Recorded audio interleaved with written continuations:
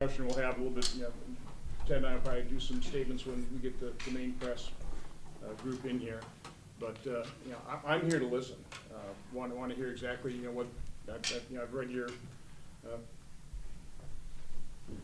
internet page, that type of thing, so I understand the basic cause you're fighting for here, and it's freedom. I really appreciate that, but I'm here to listen. Ted, you. Yeah, look, I want to echo that I appreciate the opportunity to sit down with you guys and hear what you have to say. I think what you're doing is important. You are standing up and speaking out, not just for truckers across the country, but for Americans of all stripes, of all professions and livelihood. The idea that the government would try to dictate the health care decisions you make in your life and your family, it's fundamentally wrong. And, I think what started in Canada with Canadian truckers was powerful. It was inspirational. And it actually spoke volumes when government leaders tried to stomp it down. They were so scared of ordinary citizens standing up and speaking out. And what y'all are doing is very much the same. It is important. Ron and I in the Senate have been leading the fight against these mandates. These mandates are wrong. It ought to be your decision whether or not you get vaccinated. If you decide to get vaccinated, great, that's your choice. If you decide not to, great, that's your choice.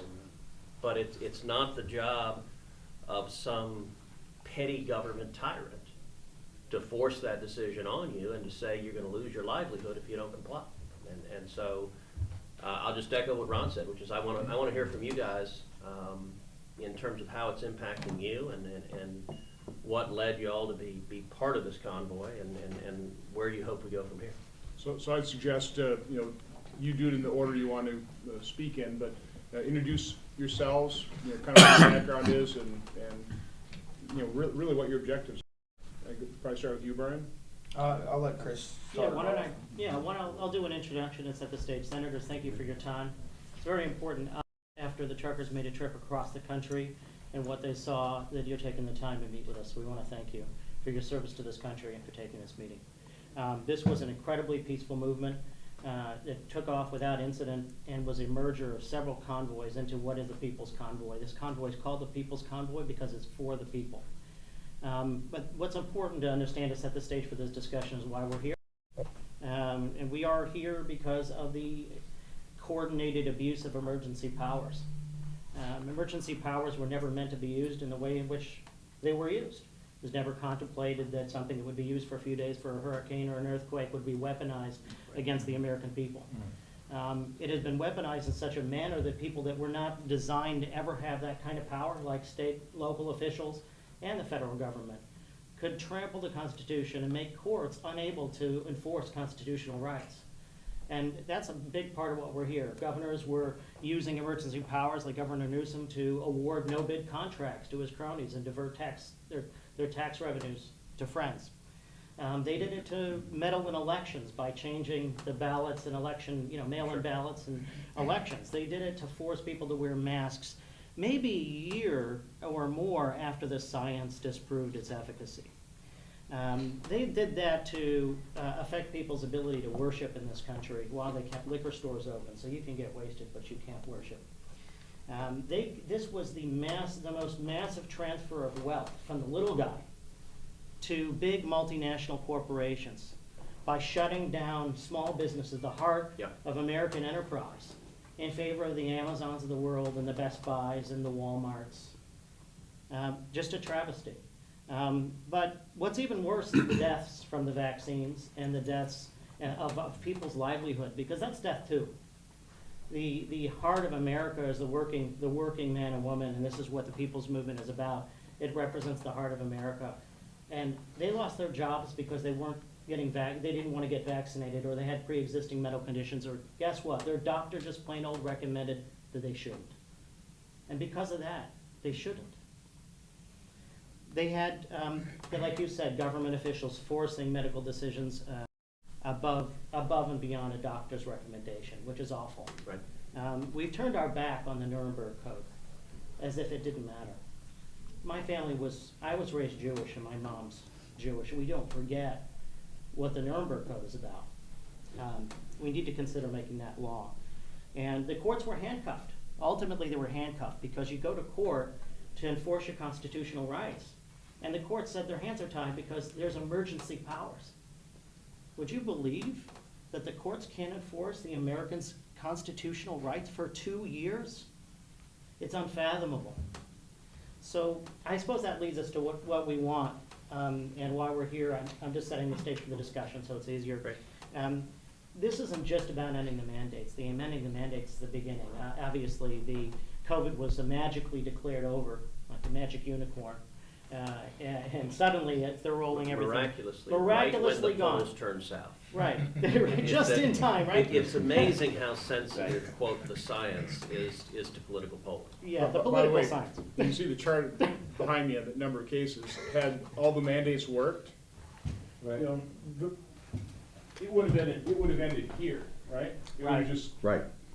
but they obviously didn't work. I mean, I think you have to, I hope the powers to be, as they call them, the COVID cartel, Right. will finally admit that the response to COVID, after 960,000 deaths, the human toll, the economic devastation, what we've done to our children, what we've done to workers, again, the little guy. Yeah, Now, you I got it. hope they will, at some point in time, admit that their response was a miserable Yeah. failure, okay? But We hope so. Look, I gotta get to the truckers here in a second. I just wanted to set the stage for us, because it's so important. But look, we're here for accountability, right? When the dust settles, we gotta go back and do an after-action review and figure out how on earth we got here.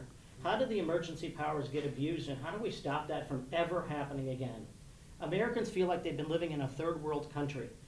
The immigrants who built this country themselves feel like they moved clear across the world to escape dictators and tyrants, and ended up feeling like it's right here on our doorstep. And they saw Trudeau use emergency powers Yep. himself, Yep. weaponized against his people, to take peaceful protesters and call them domestic terrorists and freeze their bank accounts. Right. It shouldn't be lost on all of us that Americans are concerned that that can happen here. Sure. We were hoping that we can get support for a Senate floor announcement of what you heard today and the stories from the truckers and how it reaches you, because it's important for the American people to hear it. We're hoping that you might consider a sense of the Senate resolution with a roll call vote, so that we can see where all participants in our elected government officials sit on the issues of civil liberties and freedom. We want to consider how these emergency power laws can be amended at all levels to avoid the extended use that disrupts the power structure of our constitutional republic. And finally, we'd like to consider whether there ought to be expedited constitutional processes. You're on the subcommittee for Constitution and the Judiciary Committee, whether or not there could be an expedited constitutional process, because there seem to be cases that are stuck for years. And Americans are losing faith that there's a process for the defense of the Constitution. So I'm here as the chairman of the American Foundation for Civil Liberties and Freedom. We are joined with the Unity Project and Drs. Cole, Alexander, and many, and the Defeat the Mandates movement. We're here to support, we were supporting the doctors for years that first risked their livelihoods to come out and speak up. And many of them lost their livelihoods. They were there. But now we're here with the heart of America, the People's Convoy. They represent the men and women of this country here, and you would not believe the stories and sights that they've experienced. I can't wait for you to hear it. And Brian Brosby here is the leader of the People's Convoy. Is no stranger to these halls. He's been lobbying for truckers, the truckers in the trucking industry for years and stepping up. So just wanted to make it clear that he's been here before and he's standing up for us now. I'd like them to share their stories with you. Great. And we're so honored to be here. Thank you very much. look forward to hearing it. I'm not gonna go into my personal story necessarily. I'll just tell you a little bit about the People's Convoy. Where are you from? Originally from Lidditz, Pennsylvania, and now reside in Northwest Ohio. Okay, great. I'm not the leader, as many try to put me there, but I'm a co-organizer. This is really the People's Convoy. There's at least 100 people that I work closely with in organizing and putting this together through multiple organizations like his. Volunteers on the ground right now working really hard to keep our drivers safe, to keeping the grounds cleaned up, even as little as cigarette butts picked up. And all the organizers that have worked for weeks on end to try to put something together. as inspired by our Canadian brothers and sisters up north that stood up. As we rolled across the country from Adelanto, California to here to Hagerstown, where we're currently residing, which, by the way, you should know that we currently have a convoy loop in the Beltway right now. Just put that out Yeah, there. what is the size of the convoy? Last night. Cars, trucks, and RVs, we're right around 1,000 strong right now, and more coming. More came in last night. We're actually, so in Oklahoma, the only law enforcement agency that really put out a count for us. Wow, this guy. Oh, good, he's calm. Third baseman. Oklahoma State Police put out that we were 7,000. 7,000 vehicles and stretched 30 miles long coming across their interstate. When we convoy, we grow and we shrink, and we grow and we shrink, because all across the country, people want to participate in it, but they do not So I be take able it that to means there are a go. bunch of vehicles that are not trucks then? Absolutely. Yes, absolutely, and that's the other thing I wanted to specify, is that this isn't just a truck convoy, this is truly the people's convoy. We have folks here that are in RVs, motorhomes, motorcycles, rode all the way from California to here on motorcycles to join us. We got folks in cars, they're sleeping in their car every night, they're sleeping in tents outside of their car, outside of the motorhome, I seen a guy last night sleeping on his motorcycle with a tarp up over him Wow. because of the rain. Truly the people's convoy. It's not a trucker's convoy, and even though the truckers might have been the one to lead the charge or step up initially, we're not even doing it for ourselves. We're doing it for our families, we're doing it for our communities, and we're doing it for the people of the United States, and truthfully, we're doing it for people around the world. Not only is this a violation of our constitutional rights, but this is a violation of your God-given rights. You should never be mandated to put such a thing in your body. And I'm not a scientist, I'm not a doctor, I'm not the one to tell you whether it's good or not there. But I do know, as a person that served in the Army, and as a person that cares deeply about my country, and that cares about my community and my family and my fellow drivers and my fellow Americans, that this is wrong, and I can see that without having to worry about the science. The People's Convoy has come together and created a community. We are a massive community, and I would encourage any senator, congressman or woman, any governor, mayor, city council members, school board members, to come out and truly see what this community is. As we came across the country, we've had millions of people. I thought thousands. But when you include all the different convoys that have converged into one, it equals to be millions of people across the country that lined the highways and stood on overpasses and freeways. We've had attorney generals across the country wanting to meet us on these bridge rallies that they had. We didn't plan that. That wasn't part of our planning. That's the communities doing it themselves, knowing that we're coming through and showing that support.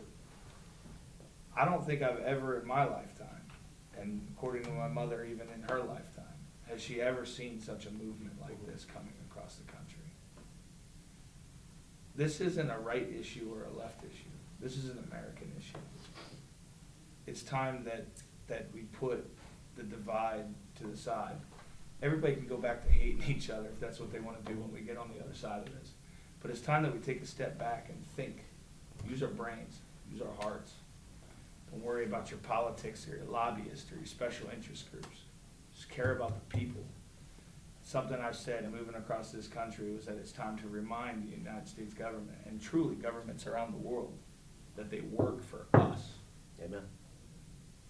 That's all I'm gonna leave it at, because it's not my story to tell. It's the people of the convoy's story to tell. I will say, in Wisconsin, I'm sensing that political realignment.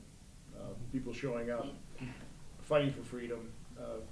Democrat, Republican, doesn't make any difference. They're concerned about what has happened to their children, what's happened to their lives, what's happened to their freedom.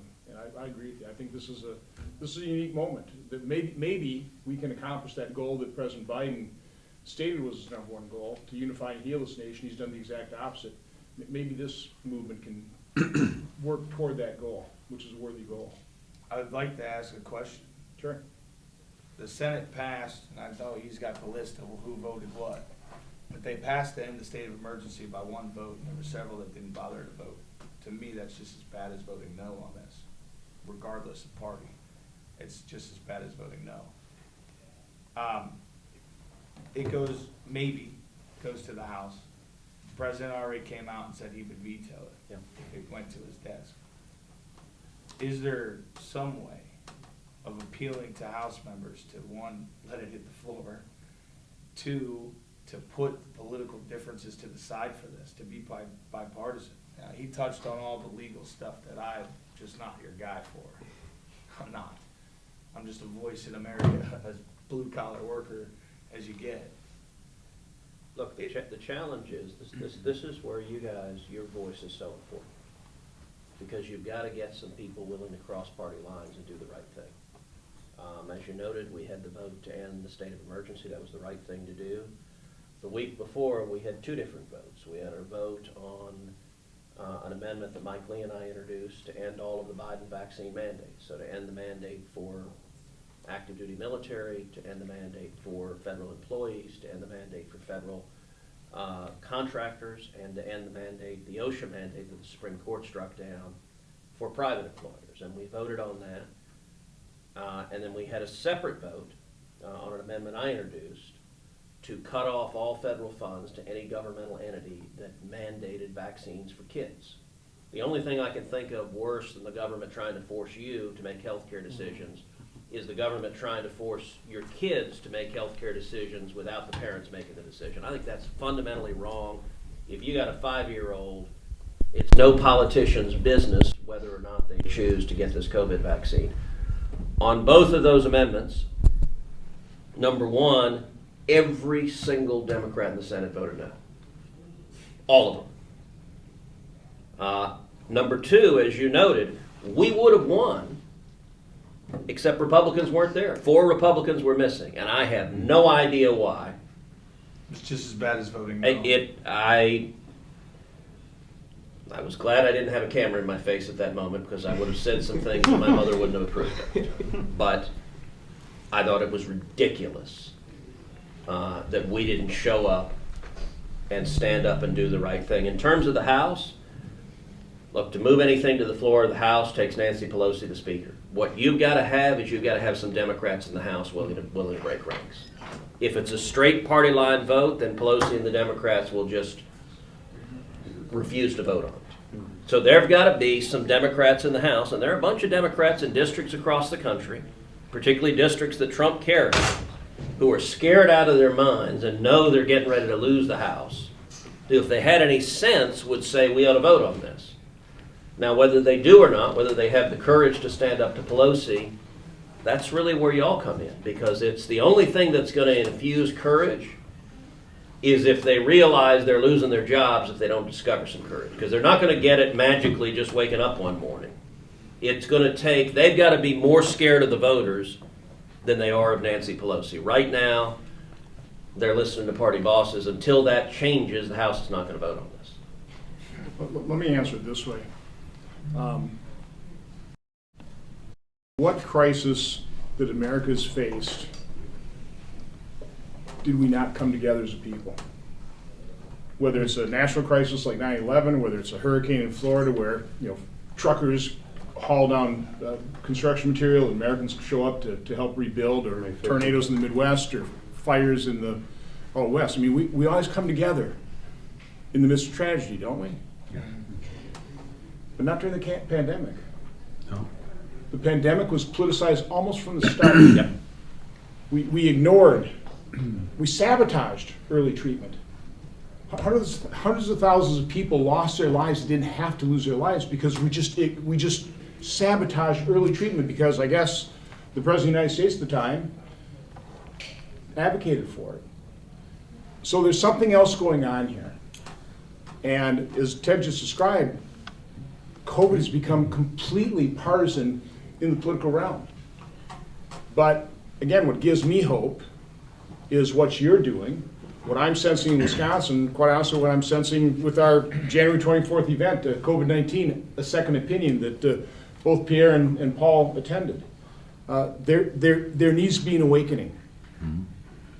There has to be an awakening. But unfortunately, right now it's politicized, but movements like yours, it's ordinary Americans that need to have their eyes opened and understand there's something going on here. The awakening's happening It's- right now. yeah, it's like- The awakening is circling the Beltway as we're talking to you right now. That convoy is rolling 2 wide and is probably 10 miles long today. But The awakening's here. Right, go ahead. Paul. And what I wanted to say, Senator Cruz and Senator Johnson, thank you very much for allowing us and the leadership of Brian. Here's the key issue, because you talked, Senator Johnson, about Americans unifying. At the beginning of this, we know right now that Omicron is at the lowest risk variant. It presents an off-ramp for the government, an exit strategy.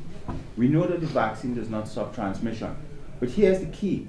At the beginning of this, for 2 years now, it was the trucker who faced the initial Wuhan strain, the most virulent strain.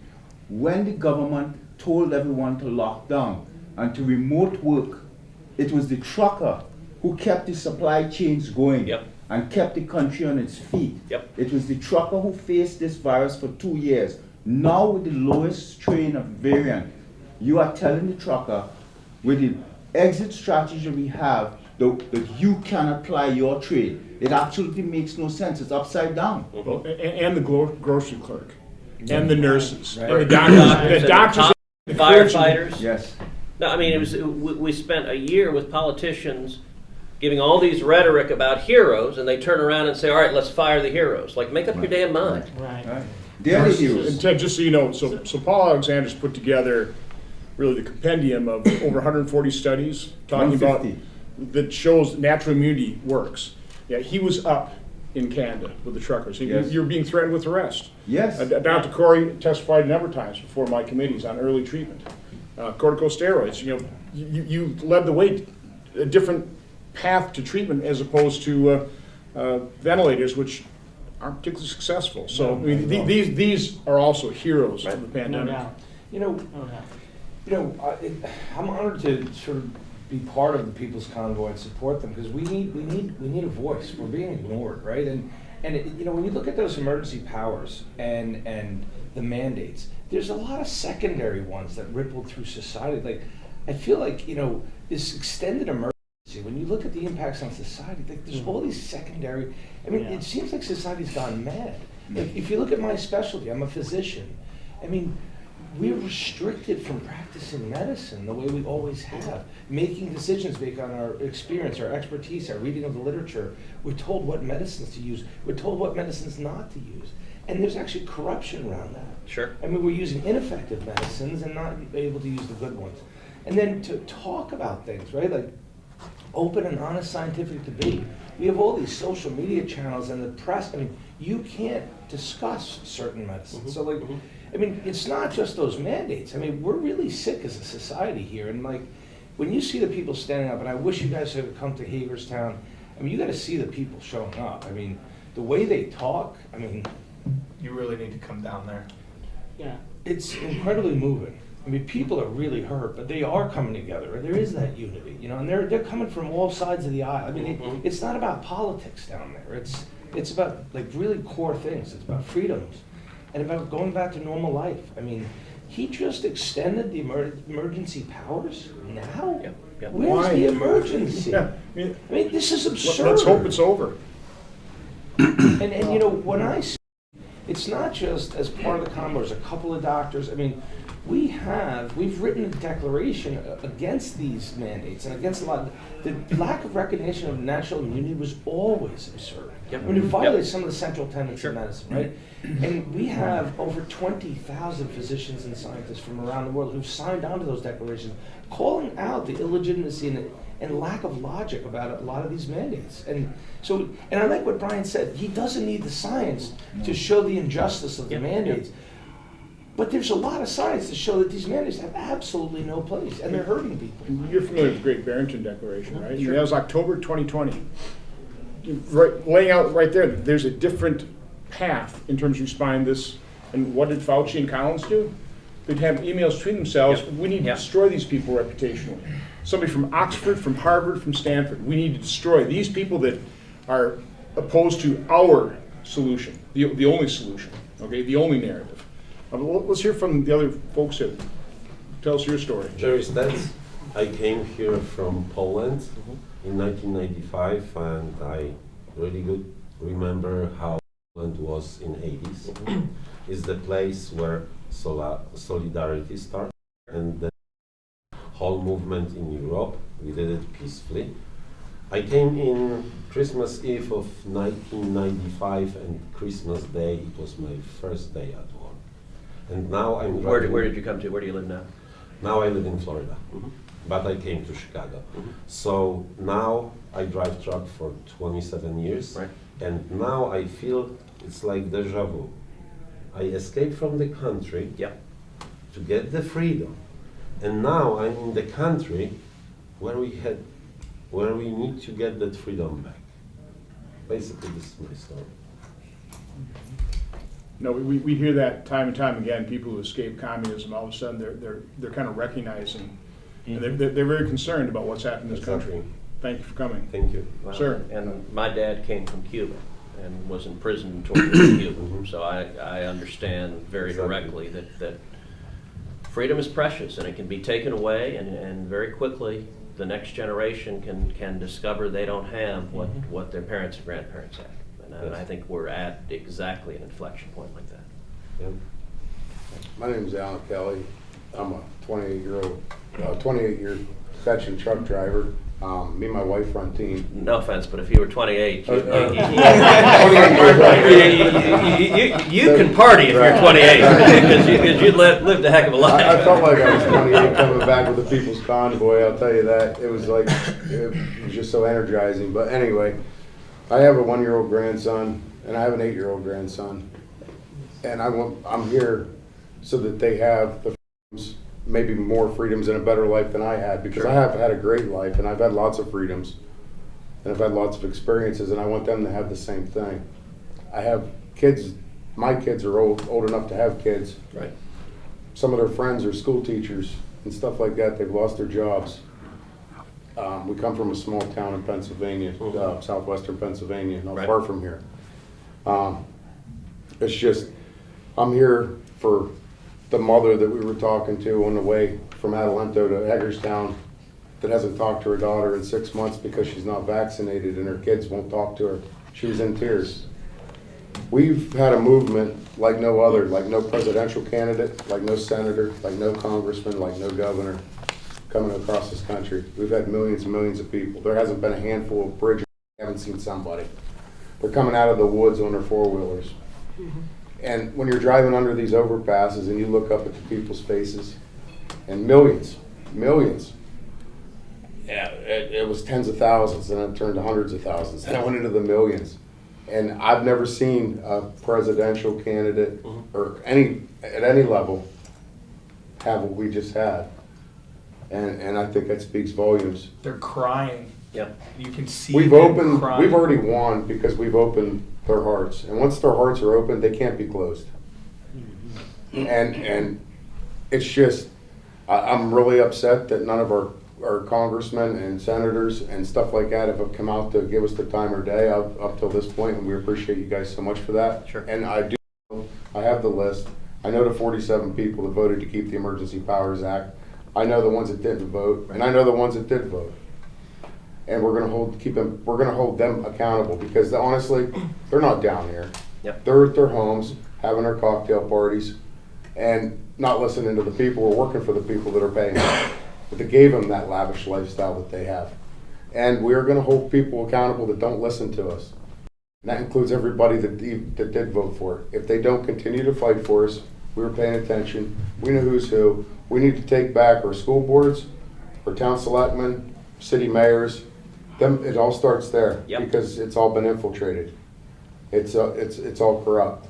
We have real science. We have conflicting information from doctors right here versus the CDC. Okay, there's medicines that can help people. People has lost their families. They've died. They weren't even allowed in to see them for their last minutes of life. Imagine if I couldn't imagine not seeing my wife or my mom or dad in their last minutes. I mean, I just couldn't imagine it. It's unconscionable what they've done to the American people. And we need to start, and the people are gonna start, me especially. It's not a right issue, it's not a left issue, like Brian said.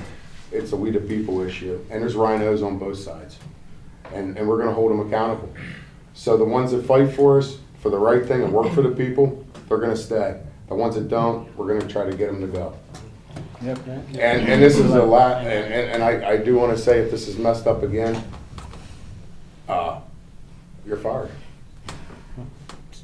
And I promise you it's gonna happen. I mean, the American people, or we're gonna hold the people that work for us accountable. This convoy has developed a very powerful voice across America through social media, even if the mainstream media doesn't want to cover should us. be Everyone afraid. knows this is happening. Everybody knows that it's moving across. And everybody is opening up their eyes, and they are not afraid to talk anymore. And they're not afraid to There's stand people that are up. scared to Yeah. come down here and talk because of what the government has done. Oh, yeah. They've made people feel afraid. Yep. I'm very nervous. That's why I started out with, 20 years old. yeah. 28. But they shouldn't be. This is America. We should not. Do we have a right to peacefully and law-abidingly assemble and Go, of course. That's why it's in the do we First Amendment. have that right? And Yeah. you guys have, absolutely, and you guys have discovered firsthand. Is it illegal to have that? Is it illegal to peacefully assemble Of and course not. following the laws? Of course not. Okay.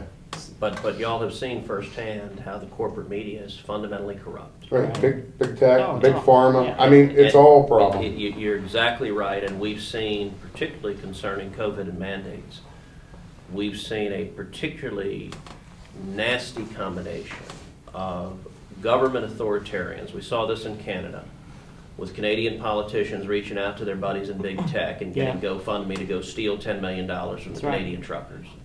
And we saw it here in the United States with Jen Psaki from the White House press briefing room demanding of Spotify they pull Joe Rogan down because he dared ask some questions on this. Right. And that nexus of power of government authoritarians, big tech, and then the corporate media lying about it. It's the When they definition can of silence the fascism. sitting president of the United Yeah. States, it's a Yeah. real That's problem. exactly isn't it?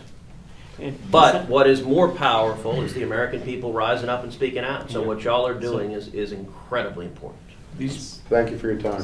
By the way, people- I'm seeing the same thing in Wisconsin, people coming up to me with tears in their eyes.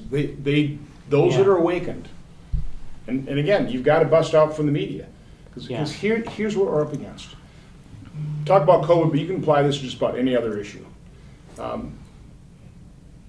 The body count now is over 960,000, over 6 million globally. The human toll, the economic devastation, again, what we've done to our children. Do you think they'll ever admit they were wrong? First of all, they at this point, they can't afford to admit they're wrong, but here's the key point. It's the administration, the healthcare agencies, it's big pharma. Have you seen all the ads for big pharma on then the corporate media, the legacy media, the mainstream media, what do you want to call them, then the big tech social media giants? They have the power to make it very difficult, not impossible, to prove them wrong. So the only way we overcome this vast cartel of power is with what you're doing. Joe Okay, Biden said that's- it was unexcusable whenever, under Trump's administration, when there's 250,000 people that passed from the virus. There has been far more than that under his watch, so where's his accountability? Look at how he scapegoated the unvaxxed. I mean, they Yeah. saw the vaccines weren't working as well as we all hoped and prayed they would. They're not as safe. So right around that June, July time period, they knew this wasn't over. They had to blame somebody, so they decided to divide America even further. That's just been their strategy. They won't accept the consequences. They won't accept responsibility. They had to blame someone, so they scapegoated the unvaxxed. Senator Johnson, earlier you mentioned something, and I want to quickly mention before we wrap up, because I know time is precious. You've mentioned that, well, obviously everybody knows they politicized this thing from the start, right? But the one thing that was certain is that it was either politics or power. Now, here on Capitol Hill, you'd assume the first thing is politics. And that would have been fine, because that's nothing you don't expect up here. But when it's power, that's a problem. But what you said is something else is at play here, but you didn't name it. And between the two, it was as certain as a mathematical proof that it wasn't politics and it was power. Because if it were just politics, the moment you divide the American public by vaxxed and unvaxxed and identify your enemy as unvaxxed, Well, you'd have just let them all not be vaxxed and then die of COVID, wouldn't you? Well, don't forget And money. there's only in half this, as many because- people. Because Yeah, there's a right. whole lot of money being made also. Right? I want you guys to hear from two more people. Yeah, the last Go question ahead. got Yeah, I'm definitely. yeah, gonna that's fine. stand We'll up circle for back. this part if I can. Yep. Bring it. Through the convoy, there's been people that have walked up to us and told us a story, whispered in our ears, told us all kinds of things that have gone on with their life and how things were affected. One man gave me an American flag that he carried in his rucksack all through all throughout his Afghanistan deployment. He believed that it kept him alive and safe. And he told me to put this in my pocket and bring it to DC. Now I completed that mission. I brought it here for him. This young man here, 18 years old, only planned on being with us for one city, from Adelanto to our next stop. Is that correct? Yes, sir. He has stuck with us this entire time. He flies out tonight. It's emotional when we see guys like him leave us, but we know that they're still supporting us. I did my mission. I want publicly, for the man that gave me this, to give it to this man, to carry with you for the rest of your life, for being a part of this people's convoy, and to remember why you stood up. I want him to- Tell us your story. Why did you join the convoy? Why did you stick with it? Well, show y'all real quick. Yeah. This here is me in middle school against them, March for Our Lives against the NRA. This wasn't me thinking freely. This was the school system. I'm from California. And you guys ever ride horses or anything? It's like, I feel like a horse being stuck in a stall, being let out into the pasture, traveling the country. Let me break that down for you. I've been in a horse stall in California, and my pen didn't get open to go out to the pasture until I left the borderline into Arizona. It's sickening, and I want to cry. I haven't cried since my daddy's funeral about 6 years ago. Excuse me. Sorry. Got it, buddy. We got you. We got it. My daddy served for these colors.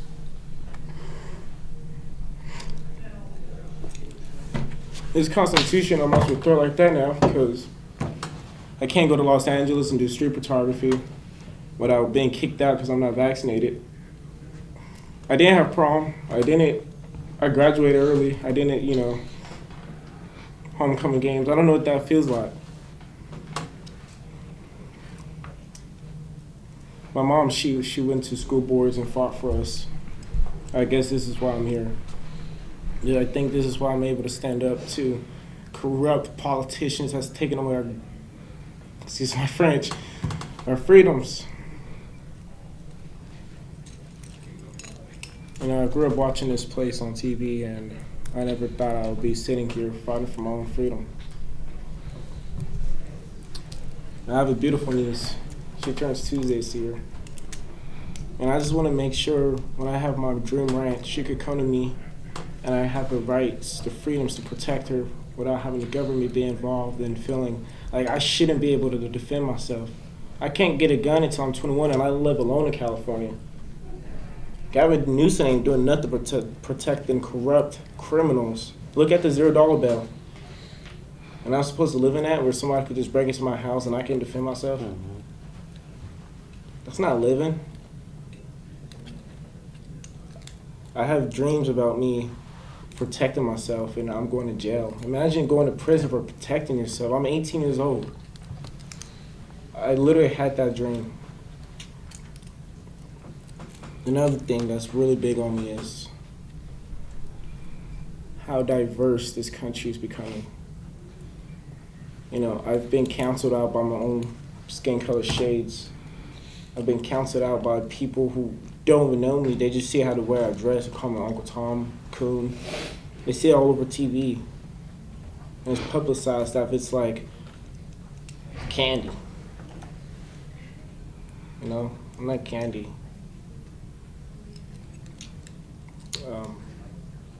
The media's got this all flipped. And being firsthand as an American patriot, somebody who has scars on himself from working in tractors, falling off horses, making sure somebody has a buffalo or some American Angus to eat on their table, go in college, I'm just normal. I'm an American, but they see this and they think it's all full of white supremacists, racist, and I feel like because of my color, because of where I'm from, California, I'm breaking all these stereotypes. So there's no excuse. People need to hear the stories of the American people. It's not racist. I've been treated nothing but love. I've grown. My life has forever changed because of the convoy. I would go back home feeling like a horse and locked up in this horse pen again until I could be able to get my career going. I can't even get that going without having to be forced to be vaccinated to go to school. Well, let me say thank you for your courage speaking out, and your voice is powerful. And you're right that even in blue states like California, there are millions and millions of people that are frustrated, that want to be free. And in some states, particularly blue states, a lot of them are intimidated to be silent. But your voice, you're speaking for a lot of other people. You're speaking for a lot of other Californians. You're speaking for a lot of other African Americans. You're speaking for a lot of Americans. And that is powerful. I'll also say, by the way, I want to extend you an invitation. Come to Texas. We'll protect your rights. You can keep and bear arms in Texas, and you're already dressed for it. You said people don't like how you dress as a Texan. I'm like, I don't even understand what the hell they're saying. I think you look great. But so it's an open invitation. The great state of Texas beckons you. Thank you, sir. Another gentleman that has rode with us from the very beginning. He's got a remarkable story himself, and he's been right by our side from day one in this. He's seen the emotional roller coaster that this journey has been. Thank you, Brian. Thank you, Senators, for hearing us today. My name is Ron Coleman. I'm from Reno, Nevada. I own a small trucking company, or at least I will until next week, maybe. Who knows how far that goes. Yeah. But my daughter said to me before I left, Dad, you can't afford to do this with everything that's come over the last 2 years. And I looked at her and I said, I can't afford not to do this. Yeah. This has been an emotional roller coaster that you cannot imagine, you can't even put words to. And in reality, it comes down to some things very much like this. This note wrapped around a cookie from a family. If I may, I'll read this. Dear trucker, I admire your courage and your determination in doing this. I will support you in prayer for a victory over the sad oppression that is going on. Thank you for fighting for all of us. A mother of 3, God bless you. I have a box full of these letters. I have 4-year-old girls coming up, hugging me, and handing me crayon notes. We love you. Thank you for fighting for our future freedoms. In a crayon note. I tell them, I am just like the Pony Express of the days gone by. And I will collect your tears. I will collect your messages. I will collect your heart. And I will take it with me to Washington, D.C. And I will deliver it. And that mission is partially complete for me personally. But I also tell them the truckers are the tip of the spear, and the body of the spear is the people. We are nothing without the people. So this isn't about the truckers. We are awakening people all over this world. We are awakening, as Alan said, millions of people seeing their tears, hugs, to where I'm having to hold them from collapsing in sob. This is a movement that the people have brought forth that says our God-given rights have been trampled on from our Constitution. And he's right. Our Constitution and 56 very fine gentlemen sat in a room in Philadelphia and they pounded this out. They knew this day would come. This is why we have these writings. This is why we believe in these writings. And moving forward, we want to make sure that every single American, and you're right, Senator Cruz, these people are coming and they're waking up. Yep, absolutely. And when they awaken, they will not go back to sleep. And we're bringing them forward. And we were bringing them with us. And I say to them, call every single official that you can, every politician that you can, and let's start burning up these phone lines and letting them know, let Nancy Pelosi know that the power is in the people and we are coming. Amen. Thank First of you. all, God bless her for doing that. I can see you're compelled, and, you know, all of your stories here are compelling. What's going through my mind, I wish the press would have been here to see the entire thing. I think we should bring him in right now. I think we should, you So a know, chance for one more person Oh, I'm to join sorry. us. And then Sorry, welcome. Oh. hi.